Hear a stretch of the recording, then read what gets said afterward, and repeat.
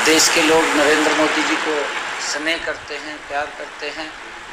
नरेंद्र मोदी जी ने एक योजनाबद्ध तरीके से अंत्योदय की भावना से देश के गरीबों को जो मजबूती दी है, देश की महिलाओं को सशक्त किया है, किसान को मजबूत किया है, युवाओं में विश्वास बढ़ाया है। ये इसका परिणाम है कि देश का एक चहुमुखी विकास पिछले 10 वर्षों में योजनाबद्ध तरीके से आदरणीय प्रधानमंत्री जी ने किया है।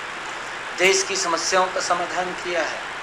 देश का सम्मान विश्व के अंदर बढ़ाने का काम पिछले 10 वर्षों में आदरणीय नरेंद्र मोदी जी ने किया है। और उसका परिणाम है कि आज देश के लोग नरेंद्र मोदी जी को जो बोलते थे कि जब 4 जून को रिजल्ट आएंगे, ये देश मोदी जी को 400 पार सीटें दे करके तीसरी बार इस देश का प्रधान सेवक बनाने का काम करेगा। और जिस प्रकार से आदरणीय प्रधानमंत्री जी ने संकल्प लिया है कि हम आने वाले 2047 तक भारत को एक विकसित राष्ट्र बनाने का काम करेंगे, और उस विश्वास के ऊपर देश, क्योंकि मोदी जी के ऊपर विश्वास करता है, और 140 करोड़ लोगों ने बढ़ चढ़ करके मोदी जी को उस विकसित भारत में, ये भारत विकसित राष्ट्र बने, एक एक अपना मतदान दे करके आदरणीय मोदी जी को मजबूत करने का काम किया है। और अभी कल जब रिजल्ट आएंगे, उसका नतीजा वो आप लोगों के सामने पूरा देश उसके अंदर शामिल होगा, और ये भारत विकसित राष्ट्र बन जाएगा, ये भारत मजबूत राष्ट्र बनेगा, ये भारत सुरक्षित राष्ट्र बनेगा, ये भारत विकसित राष्ट्र बनेगा।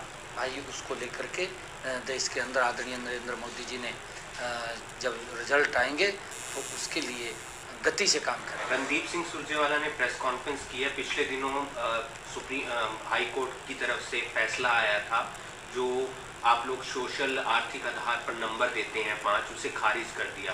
तो बर्खास्त करने की मांग की है सरकार को, साथ साथ ये भी कहा है कि आप लोगों ने लाखों युवाओं का भविष्य खतरे में डाल दिया। देखिए, मैं कांग्रेस के इन नेताओं को ये कहना चाहूँगा, क्योंकि हर रोज झूठ परोसने का काम करते हैं। रणदीप सुरजेवाला साहब को अपनी सरकार, जिसके अंदर वो शामिल था, जिसके अंदर पर्ची भी चलती थी, जिसमें खर्ची भी चलती थी, जिसके अंदर जो नौकरी के पैमाने थे वो सारे तार तार कर दिए जाते थे, युवाओं के साथ एक बड़ा धोखा हो जाता था। और कोर्ट जब ये प्रक्रिया को गलत करते थे तो उनको 5 साल के बाद, 10 साल के बाद बाहर का रास्ता दिखाने का काम करता था। परंतु हमारी सरकार ने बड़ी ईमानदारी से युवाओं के साथ आज भी खड़ी है। एक गरीब व्यक्ति जिसकी सुनवाई कांग्रेस के कार्यकाल में नहीं होती थी, गरीब व्यक्ति को तो ये लोग वोट के लिए इस्तेमाल करते थे, उसका वोट ले लेते थे, परंतु जब कहीं नौकरी की बात आती थी तो उसको घर में भी नहीं घुसने दिया जाता था। उनके शरीर से रणदीप सुरजेवाला को भी और इनके नेताओं को भी, भूपेंद्र सिंह हुड्डा को भी, अगर ये मंत्री थे उस सरकार के अंदर, बदबू आती थी, वो नज़दीक नहीं लगते थे, तो वोट तो ले लेते थे, वोट लेकर के उन लोगों का शोषण करते थे। पहली बार है कि मनोहर लाल जी ने ऐसा सिस्टम बनाया कि उस गरीब व्यक्ति को, कि वो भी हरियाणा सरकार की नौकरी के अंदर आ सके, उसको आर्थिक आधार के ऊपर 5 नंबर देने का काम वो हमारी सरकार ने किया था। और उसकी प्रशंसा प्रथम बैच ने की थी, जो हाई कोर्ट का सिंगल बैच था, उस बैच ने इस जो सिस्टम लागू किया था इसकी प्रशंसा की थी। डबल बैच ने उसको खारिज किया है। परंतु गरीब व्यक्ति को, क्योंकि ये सरकार, ये गरीबों के हित ऐसी सरकार है, मैं सभी उन युवाओं को ये आश्वासन देना चाहता हूँ कि किसी भी युवा को इस बात की चिंता करने की जरूरत नहीं है। हम अंतिम समय तक माननीय सर्वोच्च न्यायालय के अंदर उनके हक की लड़ाई को लड़ेंगे। किसी भी गरीब व्यक्ति के अधिकार दबे नहीं, ये हमारी सरकार की नौकरी चली जाएगी, किसी की कोई नौकरी नहीं जाएगी। जो रोक लगाई है, जब तक माननीय सुप्रीम कोर्ट उसका आदेश नहीं देता, उन्हीं बच्चों को ही रोका जाएगा, बाकी की प्रक्रिया जारी रहेगी। और किसी भी बच्चे को जो सिलेक्शन हुआ है उन सब की सिलेक्शन होगी। परंतु माननीय सुप्रीम कोर्ट जो ही, हम पूरा विश्वास है कि इस सारी प्रक्रिया को देखेगा, क्योंकि गरीब के हित के अंदर ये कदम उठाया गया था। और ट्रांसपेरेंसी आधार के ऊपर उठाया गया।